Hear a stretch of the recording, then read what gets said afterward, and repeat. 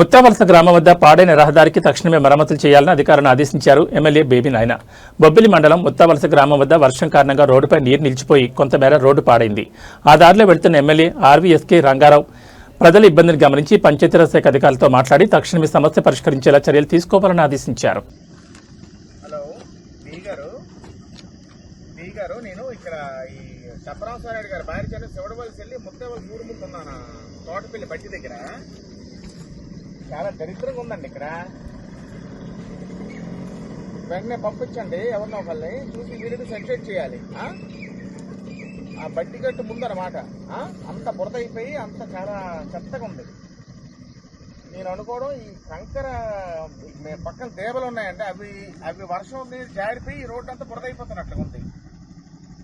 అది ఇమీడియట్ గా మిషన్ పెట్టి క్లియర్ చేయించండి సరేనా. అక్కడ వాటర్ స్టాగ్నేషన్ ఉండకుండా చూసుకోవాలి. Okay okay.